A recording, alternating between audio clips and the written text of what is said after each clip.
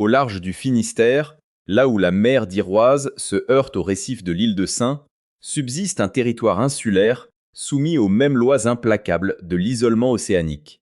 9000 marins de vide, une coupure radicale dès que l'Atlantique en décide ainsi, et au bout, une communauté qui a longtemps vécu selon ses propres codes, presque en marge de la République. Ce premier épisode ouvre l'inventaire de 13 lieux à travers la France, si isolés ou marqués par des trajectoires si singulières que les guides officiels du patrimoine préfèrent souvent garder le silence à leur sujet. Qu'il s'agisse d'un gouffre au cœur de la Lozère que les bergers du Moyen-Âge prenaient pour une bouche de l'enfer, d'une ferme isolée dans le Cantal où une jeune femme fut séquestrée et mourut en 1895, parce que ses proches la croyaient possédée par un esprit de la montagne. Ou encore d'un village suspendu des Alpes qu'un géographe avait condamné à la disparition 2 décennies avant que l'État ne se décide à en évacuer les derniers habitants. Pour comprendre la mécanique de ces abandons, il faut descendre à l'extrême sud de la côte bretonne, face à l'estuaire de la Loire, sur l'île de Ouat. En juin 1696, en pleine guerre de la Ligue d'Augsbourg, les forces anglaises, sous le commandement de l'amiral Berkeley, franchissent le Chenal pour assaillir ce bloc de granit. Des centaines de civils et de pêcheurs locaux s'y étaient réfugiés, persuadés que les courants violents et les hauts fonds ruineraient toute tentative d'approche. La barrière hydrographique n'a pas tenu. Les troupes britanniques ont débarqué, traquant et massacrant hommes, femmes et enfants sur le rebord des falaises. Les chroniques militaires de l'époque attestent que les survivants furent acculés au vide, précipités directement dans les rouleaux de la côte sauvage. Le bilan exact reste l'objet de divergences entre historiens, mais la réalité brute de ce massacre de 1696 est consignée dans les archives de la marine. Pourtant, aucune stèle officielle ne la commémore sur place. L'île fut repeuplée par la suite, mais sa démographie n'a cessé de fléchir, et ses résidents permanents en hiver se comptent aujourd'hui sur les doigts d'une main. Pour rejoindre ce fragment de terre désormais, il faut emprunter l'unique liaison maritime subventionnée. Une vedette postale qui affronte le raz de marée au-dessus des roches immergées. Elle transporte indistinctement les rares passagers et les bêtes d'élevage. Si le bétail reste impassible face à la houle, les visages humains trahissent souvent une tension palpable. L'isolement de ce morceau de granit est une stricte contrainte géographique, dictée par la topographie et l'océan. Le lieu suivant de notre analyse s'est quant à lui isolé par une toute autre anomalie. Une rupture institutionnelle et administrative unique dans l'histoire religieuse française. Le village de Saint-Bertrand-de-Comminges se dresse sur son éperon rocheux, en lisière des Pyrénées. Le bourg compte aujourd'hui à peine plus de 200 habitants, mais il abrite une cathédrale colossale. La cathédrale Sainte-Marie date du XIIe siècle, et une partie de ses structures adjacentes est aujourd'hui ruinée, ses arcades brisées s'ouvrant directement sur le ciel. Le dernier évêque résident du Comminges est mort à la fin du XVIIIe siècle, juste avant que le Concordat de 1801 ne supprime définitivement le siège épiscopal, rattachant le territoire au diocèse de Toulouse. Cependant, un vide canonique persistant et des accords de survivance spirituelle ont dessiné une configuration exceptionnelle en l'absence d'un siège actif et d'un titulaire local selon d'anciennes prérogatives mémorielles. La tradition locale et les archives du Vatican documentent que le souverain pontife lui-même conserve une tutelle nominale directe sur la dignité historique de cette église. Cette situation dure depuis plus de 2 siècles. À l'heure actuelle, le chef de l'Église catholique se trouve être le protecteur spirituel direct de cette nef des Pyrénées, faisant de cette cathédrale partiellement désertée le seul édifice de province lié si intimement à la chaire romaine. L'étrangeté ici n'est pas physique, elle tient à une inertie bureaucratique et sacrée qui dure depuis des générations. Notre 11e dossier nous conduit vers une dynastie féodale qui fut méthodiquement éradiquée par le pouvoir central, mais dont l'empreinte matérielle a refusé de s'effacer. En novembre 1582, le dernier comte de Comminges, issu de la lignée souveraine, fut traqué et abattu dans les forêts de la Haute-Garonne, après l'effondrement de sa sédition contre la couronne. Les lieutenants royaux envoyèrent sa dépouille à Paris, comme preuve définitive de soumission. Les vastes domaines que sa famille contrôlait depuis 3 siècles furent saisis, découpés et attribués à des nobles fidèles au roi. Les populations locales, privées de leurs seigneurs, transformèrent cette chute en un mythe géologique lié au lac de Lourdes. Tous les 7 ans, d'après les récits ruraux, le vieux comte ressurgit des eaux sur un destrier dont les fers sont d'argent. Le niveau du lac baisse subitement, laissant entrevoir les structures de pierre de sa forteresse s'engloutie. Lorsque les eaux remontent, la topographie reprend ses droits et le lac exige un tribut humain. Ce plan d'eau est pourtant ceinturé par l'une des plus fortes densités de vestiges protohistoriques de la région. Les alignements de mégalithes qui le bordent constituent un complexe majeur. Un anneau de pierre levée dressé il y a près de 5000 ans. La légende est venue tardivement se greffer sur le paysage, mais la matière minérale était là en premier. L'énigme du lac est enveloppée de folklore, mais le site suivant, classé numéro 10, présente un mystère vieux de 3000 ans sur lequel aucun consensus scientifique n'a jamais pu être établi. L'île d'Ouessant, sentinelle de granit posée à l'entrée de la Manche, subit de plein fouet les assauts de l'Atlantique. L'île conserve des structures parcellaires ceintes de musets de pierres sèches et des hameaux traditionnels qui en font l'un des écosystèmes insulaires les plus préservés d'Europe. Sur la façade sud de l'île, au sommet d'une falaise verticale de 100 mètres de haut tombant directement dans les parages du Fromveur, se dresse une enceinte fortifiée préhistorique. Les archéologues datent sa construction principale de l'âge du bronze et de l'âge du fer, avec des remaniements s'étalant sur plusieurs siècles. Le mur extérieur en pierre sèche massive vient mourir exactement au ras du précipice. Il n'y a aucune barrière, aucun garde-fou, aucune ligne de sécurité moderne. Les rares visiteurs s'avancent jusqu'à la lèvre rocheuse et regardent verticalement la mer se briser sur le granit. Personne ne sait avec certitude pourquoi cette fortification a été orientée de la sorte. Les théories oscillent entre un bastion défensif contre des invasions maritimes, un sanctuaire sacrificiel ou une combinaison des deux fonctions. Pourtant, aucune de ces hypothèses n'explique de manière satisfaisante pourquoi la muraille se referme sur un abîme plutôt que de protéger le flanc exposé au vide. Les bâtisseurs n'ont laissé aucun indice écrit et la géométrie de la structure reste muette. Elle tient sur cette falaise depuis 3 millénaires, défiant la logique stratégique élémentaire. Le site est là, ouvert à quiconque accepte de se tenir sur le fil du rasoir, au point de bascule entre la terre ferme et le gouffre. L'île d'Ouessant laisse ses questions suspendues au-dessus du Fromveur, mais le territoire suivant sur notre liste est officiellement interdit d'accès, et les raisons de cette fermeture en disent long sur la nature des vestiges qui y sont conservés. Quelque part au début des années 1940, la rumeur locale rapportait que les derniers habitants de l'île de Sésambre, au large de Saint-Malo, retournaient des galets gravés dans le sens inverse des aiguilles d'une montre en prononçant le nom d'Adolf Hitler. La guerre venait de couper l'approvisionnement en sucre et de ruiner le commerce clandestin d'alcool de contrebande qui faisait vivre la communauté. Cette anecdote précise n'est consignée dans aucun rapport officiel. Mais le simple fait qu'elle ait traversé les décennies démontre la persistance de ces pratiques rituelles dans la mémoire collective. Ces pierres de malédiction, de simples galets polis, par la mer et gravés de motifs circulaires, étaient autrefois conservées autour d'un vieil oratoire du VIe siècle. Tourner la pierre dans le sens horaire en nommant un individu attirait la bénédiction. La tourner dans le sens inverse scellait une vengeance. Une tradition hybride, ancrée entre les premiers âges chrétiens et un vieux fond païen que l'Église n'a jamais réussi à extirper totalement. La communauté civile a été définitivement évacuée au milieu du XXe siècle. En 2008, les autorités maritimes et les services de sécurité ont inspecté les infrastructures de débarquement et les sols de l'île, les déclarant hautement dangereux en raison des tonnes de munitions non explosées issues des bombardements de 1944. Depuis, aucune navette commerciale n'est autorisée à y débarquer des passagers.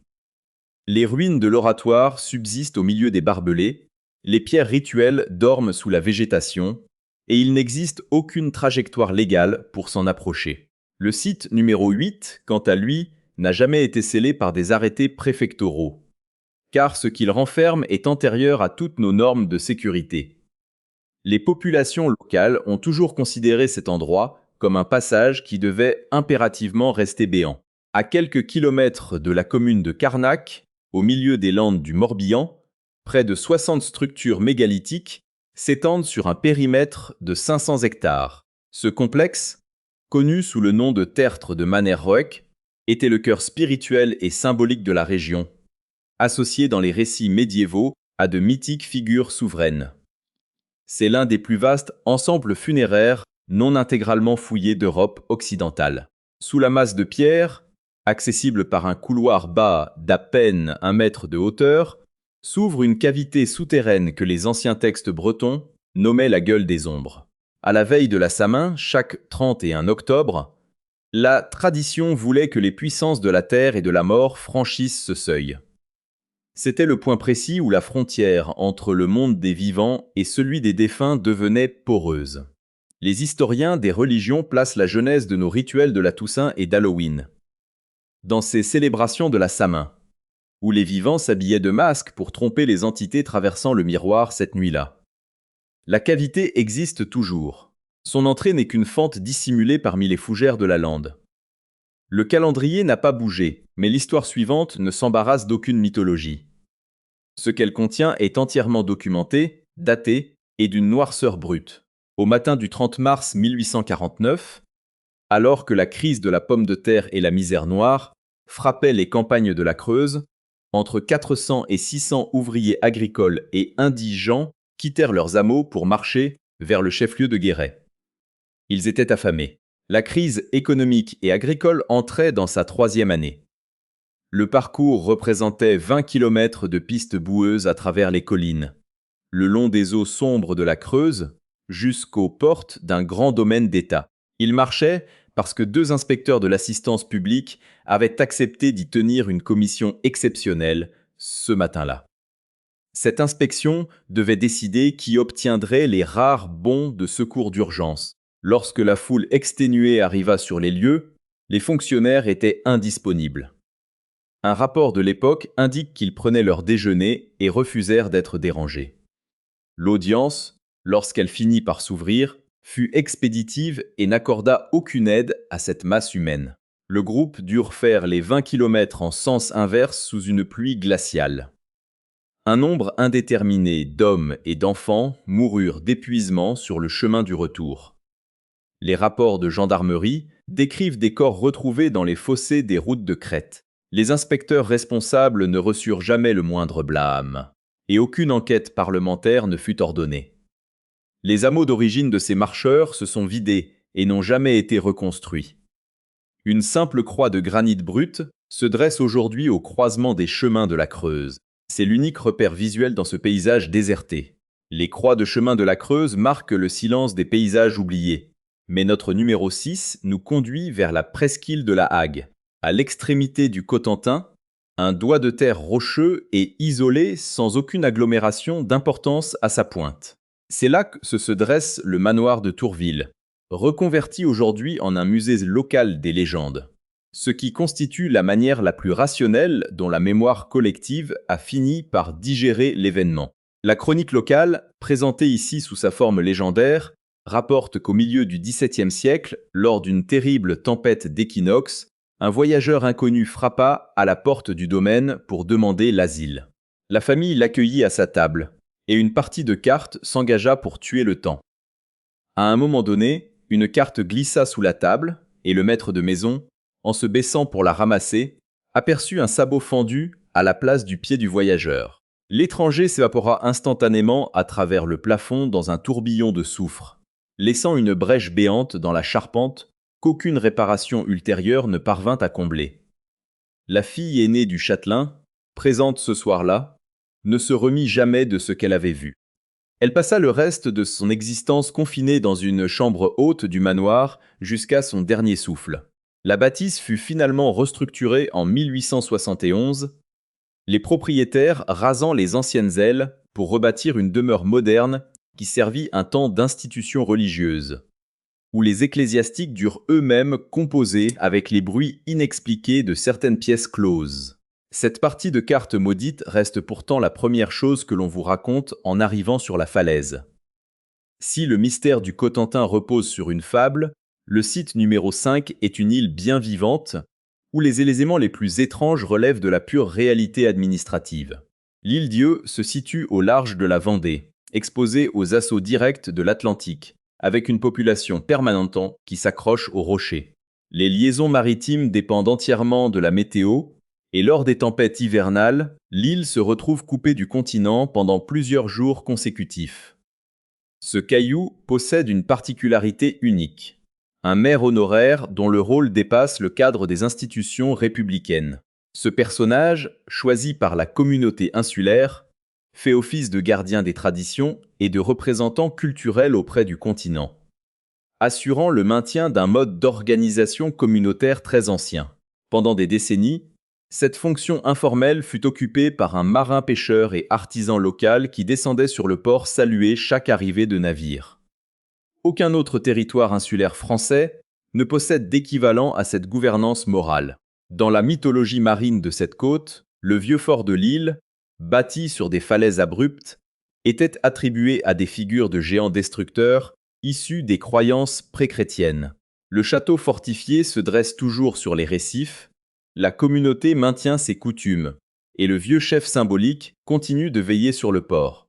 L'île Dio a su préserver son tissu social et ses récits, mais le numéro 4 de notre liste a tout perdu, ne laissant derrière lui que des alignements de pierres nues. Sur les flancs du mont Lozère, dans les Cévennes, une double rangée de maisons en schiste s'étire sur plus d'1 kilomètre le long de la pente. Il s'agit du village abandonné de Clastres, comptant entre 80 et 100 habitations privées de toiture, dont les murs s'effritent sous l'action du gel et du vent. Les années de la grande crise agricole et pastorale du XIXe siècle ont scellé son abandon définitif, et les bergers ne sont jamais revenus s'y installer. Ce qui rend les ruines de Clastres uniques, c'est le protocole funéraire qui s'est maintenu bien après la désertion des foyers. Le cimetière contigu au village est resté en activité jusqu'au milieu du XXe siècle. Les familles qui avaient émigré vers les plaines ou les usines du Gard revenaient traverser la montagne pour inhumer leurs proches dans la terre ancestrale, au pied des maisons vides. Ils ne revenaient pas pour vivre, ils revenaient exclusivement pour enterrer. Le vallon est totalement nu, vierge de tout arbre, sans aucune route goudronnée pour traverser le hameau.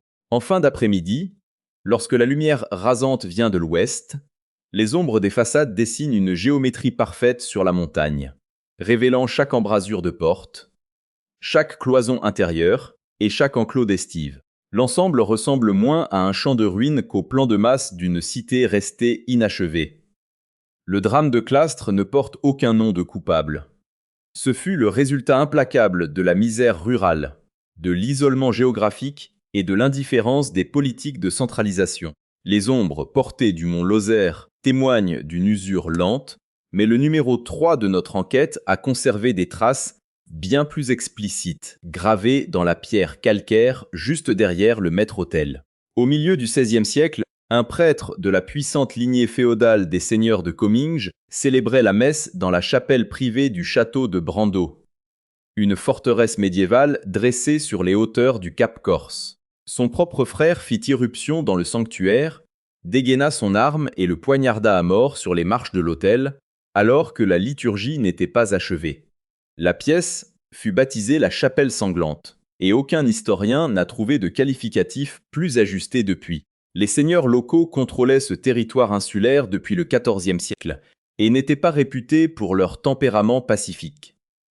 L'exécution d'un frère dans un espace consacré, au moment le plus sacré du culte, par un cadet qui ne pouvait attendre son heure, dépassait les normes pourtant violentes des vendettas de l'époque. Le château changea de main à plusieurs reprises, fut brièvement occupé par les troupes génoises, puis incendié lors des conflits de la fin du XVIIIe siècle.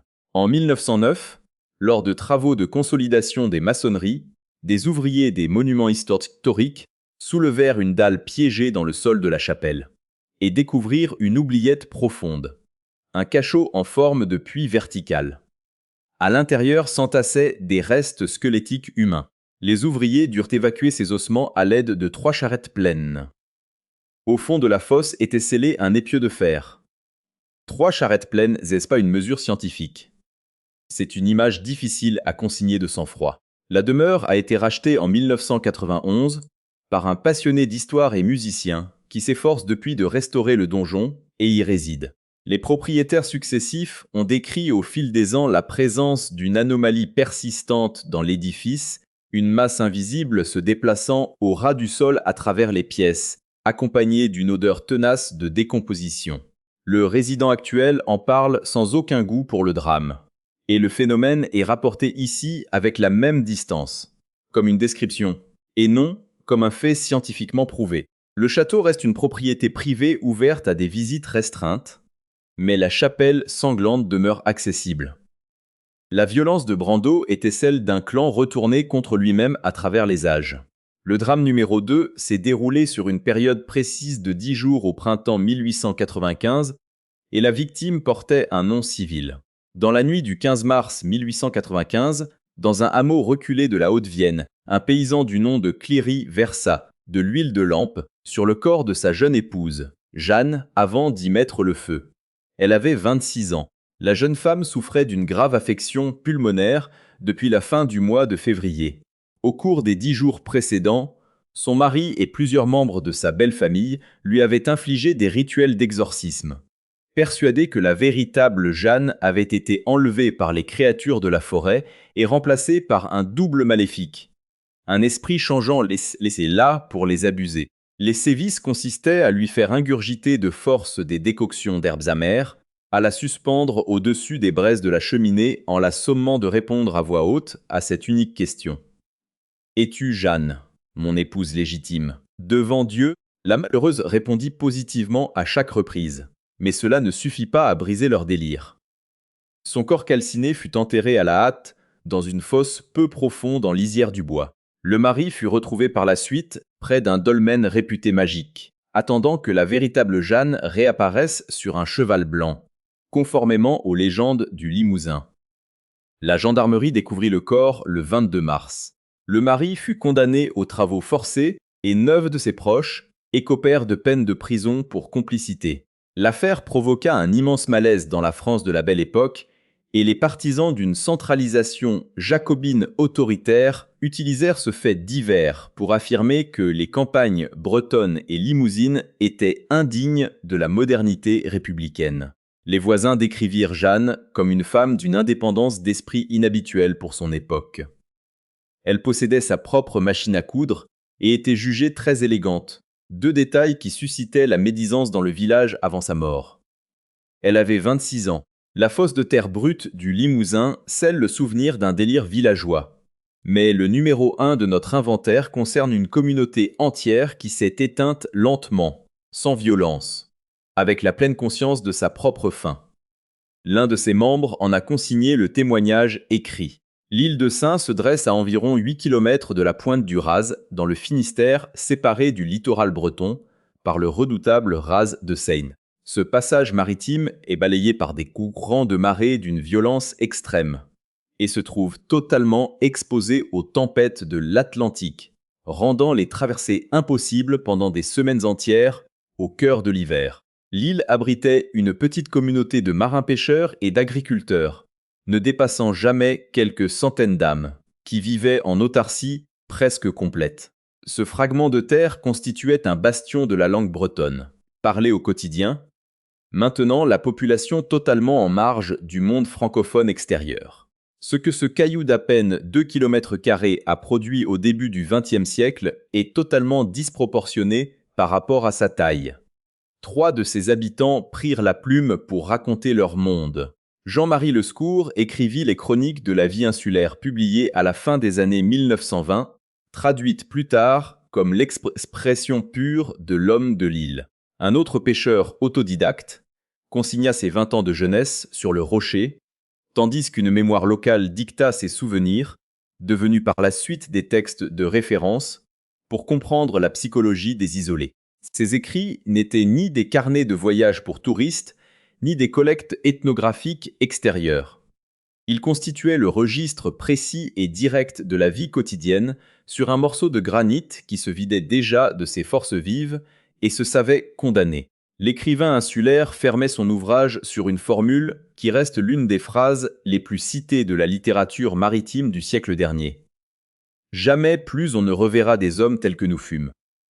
Il écrivait ces lignes en 1929. À la fin des années 1940, la démographie était tombée si bas que la simple survie biologique de la communauté devenait précaire.